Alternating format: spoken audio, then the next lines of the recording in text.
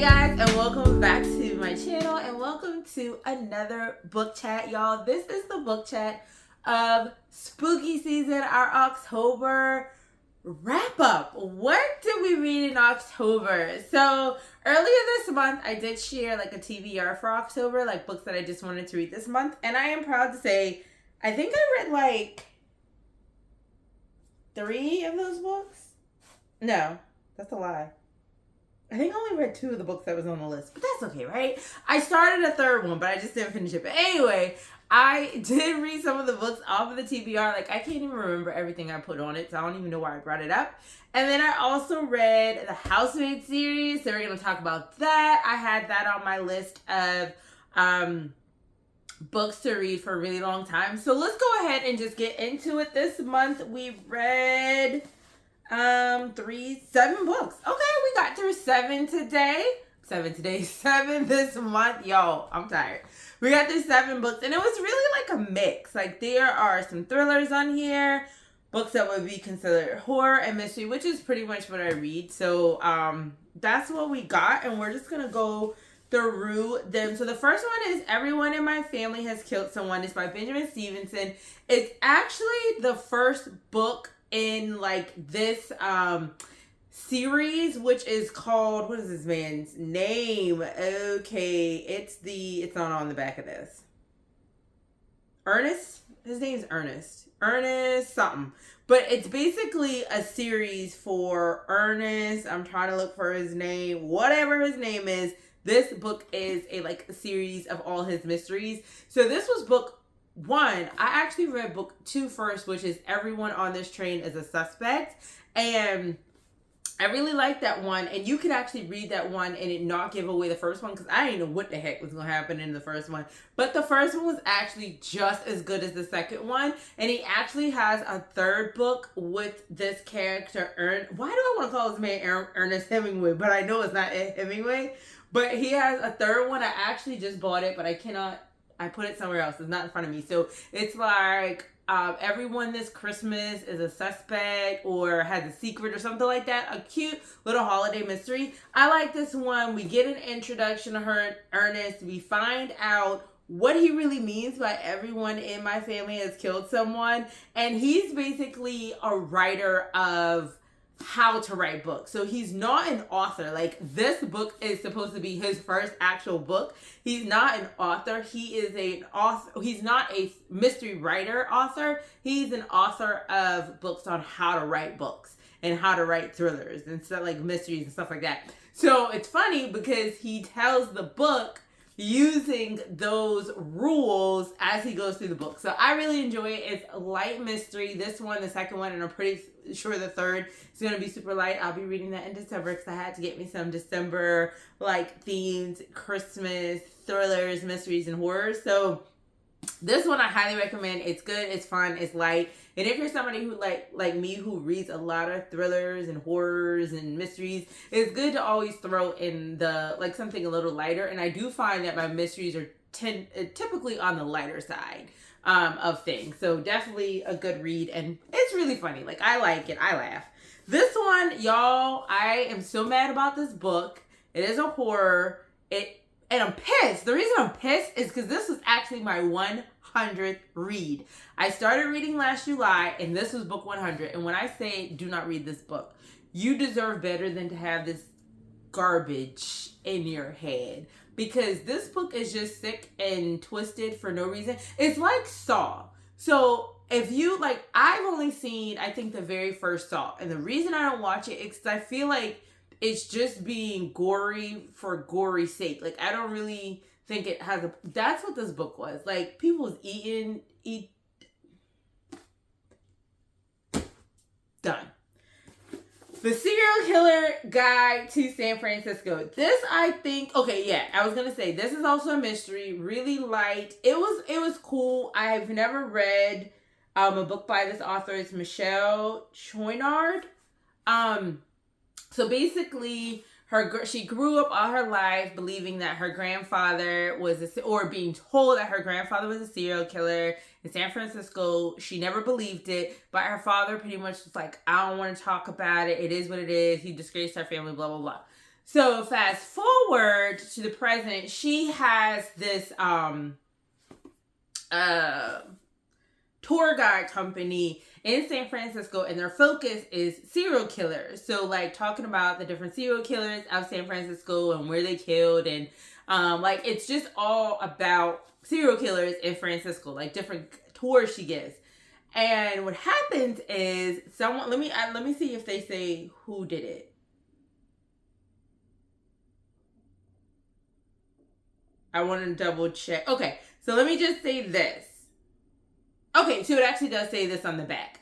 So someone is copycatting her grandfather's murder. So in the way that he killed, and one of the victims is her mother-in-law.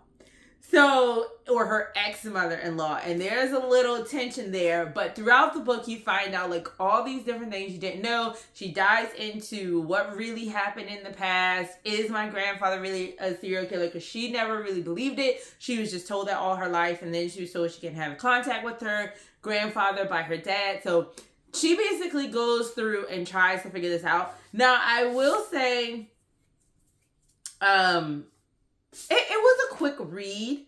I do feel like it went through a little quickly. I did not see the outcome being the outcome. I will say that like kind of surprised me. I was kind of like, really? Because I honestly didn't know who the author was going to make the person who was the killer and the copycat, or who was going to be who they were going to bring to light regarding all the other murders as well. So I was definitely surprised by that. And I just want to say, crime does not pay. And this book, as well as another book that I have on my list, is a perfect example where if you're going to be a killer, at least you got it planned out to where the reason you killing somebody makes sense. Because when you find out who did the killing, the modern day killer is, and why they did it, it's like, you so stupid. You so stupid because you didn't do your research. So that one was a good one. Then I dived into the Housemaid series. This one was on my list, and I realized I thought I only had 4 books by her. I thought I had the series and then The Locked Door, which I already read, but I actually have another one. I have never lied. So I have another one. What will I say about Miss Frieda? I'm going to say that anybody who wants low-stakes thrillers should read Freida McFadden's books. Because that's what they are. If you want fast-paced, I don't necessarily think all of her books are fast-paced because of the action. Like, yes, in every single one of these books, it does start with the crime, and it's like the prologue. So you're in the moment where the crime has happened, and then it goes back. And then it comes, gets you back to the present. But I don't think all of them necessarily actually, they aren't really all fast-paced with action. I think the reason why people say her books are fast-paced because her chapters are so short. So you literally can gobble up so many chapters in a sitting. So you feel super accomplished. So you feel like the book is fast-paced. So I didn't want to say that. Now, the first one, and I will say about this, I actually, 1 and 2, yes. Number 3, girl. So let's start with number 1. Number 1 is, I did an entire reading vlog on this as well. I actually released it Tuesday of this week. So today is, when you're seeing this, it's Friday. But I dropped it Tuesday of this week. So I go in depth in books 1 and 2. I only got 100 page into book 3, so I'm going to talk more about that one in this video. But as far as book 1, you meet, do they even say her name? I don't even think they give you her name, but you meet this housemaid. And I think book 1 is good. I did not expect the end. When it got to the end, I was like, cold-blooded. And it's not even necessarily cold-blooded by the person who did the thing. It was somebody else who said something. I'm like, dang. But, like, I like this. I really enjoy it. I got through it quickly. I did not want to stop reading it. It goes between 3 different... I think this one is told in 3 parts. This one actually hits the action, I think, once we get to part 2. And I think part 2 is like after 100 pages. So you really get to the meat of it. And I really enjoyed this one. So yes to this one. Then we get to the Housemaids 2. And I was a little nervous. I was like, okay, I see what you did in the first one. But how are you going to do that again for the second one? Because I feel like, if you do it again, we kind of already know how it's going to flow. But she flipped it. And I enjoyed it. This one took a little longer to get in. It's still told in multiple parts. In later parts, we get multiple perspectives, just like the first one. This one takes a little bit longer to get into. I don't think this one pops off until page 200. The first one was like page 100. I don't think this one pops until, this one doesn't pop until 200 pages in. But it wasn't super slow. You still get some stuff that keep you really, really interested in it. But this one, I did not see. I was shocked. And then I was like, girl, you so stupid. Because you would have thought you learned. And then she was a little cocky about some stuff. And at the end, once again, cold-blooded. Now, I didn't like, and I talk about this in the vlog, I didn't like what a certain person did at the end. I think they shouldn't have did that. But it was still good, right? Then I'm like, okay, girl, Frieda, how you gonna do it again? So the second one is, the first one is the Housemaid. The second is the Housemaid's Secret. And the third one is the Housemaid is Watching.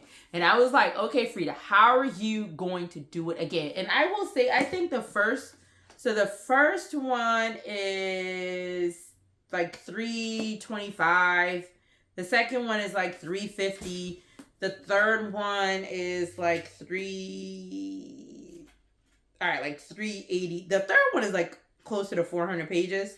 I do think the second one could have been 100 pages shorter. Because I think they dragged part 1 a little bit long. So I do think that one could have been 100 pages shorter. This one could have been about 150 pages shorter. Because part 1 dragged on so long. And even though you flip in those chapters, it was like, okay, so how are you going to flip this around?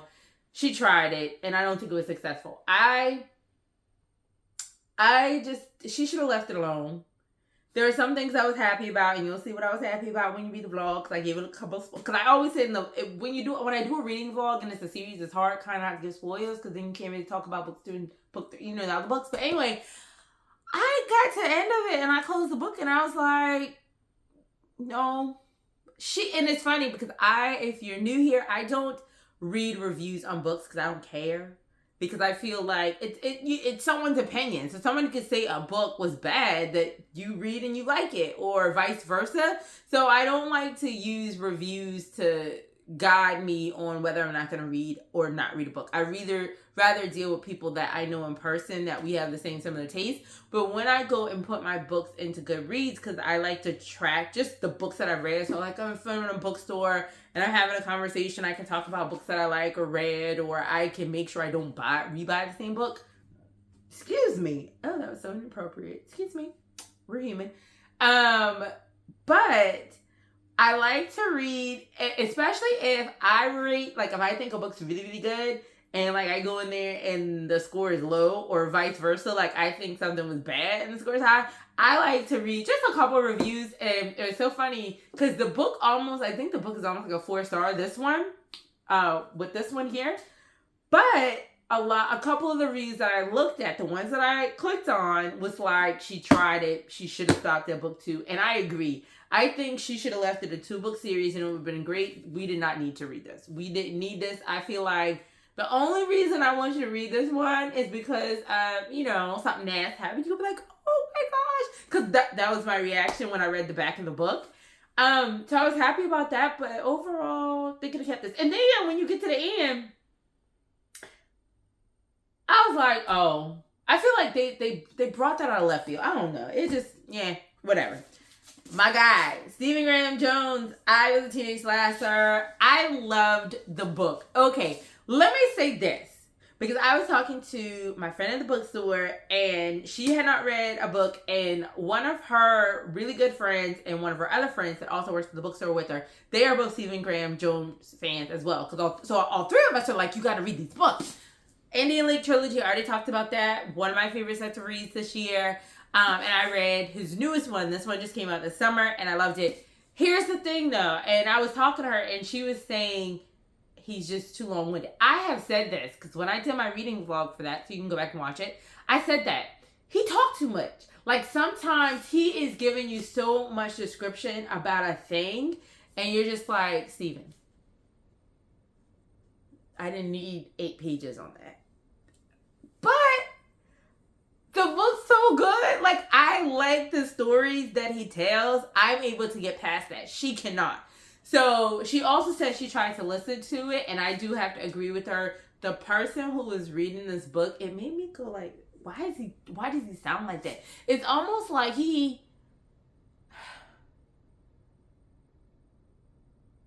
I don't know. I'm trying to think, because I feel like I've heard that voice before my head. Like, he was supposed to be like a cool Western guy. I mean, it is in like Texas, but I don't know. I don't know where the voice was coming from, but I just didn't like it. Like, I listened to like a few pages, not a few pages, like 5 minutes of him telling the story, and I was like, yeah, I wouldn't be able to listen to him. I don't think the narrator on this is good. So that one works. So I'm gonna say, if you can't get past the way he writes, Stephen Graham Jones writes, this is not for you. This book got the long chapters like the other one. It like 60, 70, 80 page chapters. Like, they're long, and it's because of how he tells the story. So if you can't get past that, you won't like it. But I do like it, so I want people to give his books a chance. This one was basically about a teenage slasher, and I can't say more than that, but I will say when the book started and like action started happening, I was like, wait, how did all of this happen? I don't get it. And then a moment occurs, and I could see the moment that he was describing so vividly, and I was like, oh crap, that's how that happened. And it just made me sad. I don't know if this is supposed to make you sad, but when it gets to the end, I was just like, oh no, because it wasn't his fault. So I say read it. I enjoyed it. I just have to give that disclaimer, because if it's very hard for you, like, he literally will describe something, like talk about something for like 6 pages. It's a hard thing to get into, but his books are really good if you could get past that. So I would say give it a try. Even if you did try reading it, listening to it, I didn't like the person, and I can't think of his name right now. So yeah. He does have another book called All the Good Indians, and I was told, so if you've been thinking about getting to Stephen Graham Jones, because I am on the Stephen Graham Jones, what is it called, train? I'm a fan. I'm going to read that one. Hopefully, it's on my TBR for next month, and I'll share that in the next video. But hopefully, because I was told that one is different, but I don't know if it's different in the sense that one is more about Native American folklore as a horror book versus Teenage Slasher, which is what this book and the Indian Lake trilogy is, or if it's also different because of the writing style. So if I get to that one on my TBR, I'll be able to tell you that, but eventually I will tell you, because I will read it. But I absolutely loved it. I enjoyed it. It was a great slasher book, and it just pulls on all those nostalgia vibes. This one is actually centered in like 1989, 87. Yeah, 89 or 87. Oh, 89. Yeah, July of 89 in Texas. So I just like how he always pulls from those classic movies. So when you're reading it, you could see it. But his writing style, at least in the Indian Lake trilogy and in this book, is something you just kind of gotta have to grow to love. So those are the books that I read this month. Very excited about my reads. Also very excited about the fact that I am 10 books away for my reading goal for 2024. I put 80 books. I am at book 70. This was actually book number 70 that Housemaid is watching. So I definitely am confident that I can meet that goal by the end of the year. My super goal was 100 books, but that would be me reading 30 books in the next 2 months. That is ambitious. I do not read that fast. So, but you never know. I might get it done. I don't know. But hey, stay positive. Anyway, I hope you guys are doing good against your goals. Remember, just read something. That's all it's about. This is my spooky season list. I am going to show you guys what I am reading for the month of November, or what I'd like to read in the month of November, it is definitely an ambitious TBR, because I ain't never read that many books. I finally made it to reading 10 books 1 month this year, and there's way more than 10 books, but those are the ones that, like, I was looking at all my stacks and I was like, these are the ones I really want to get to. So I will be reading those. We have good things coming next month. We have some clothing hauls. Stay tuned.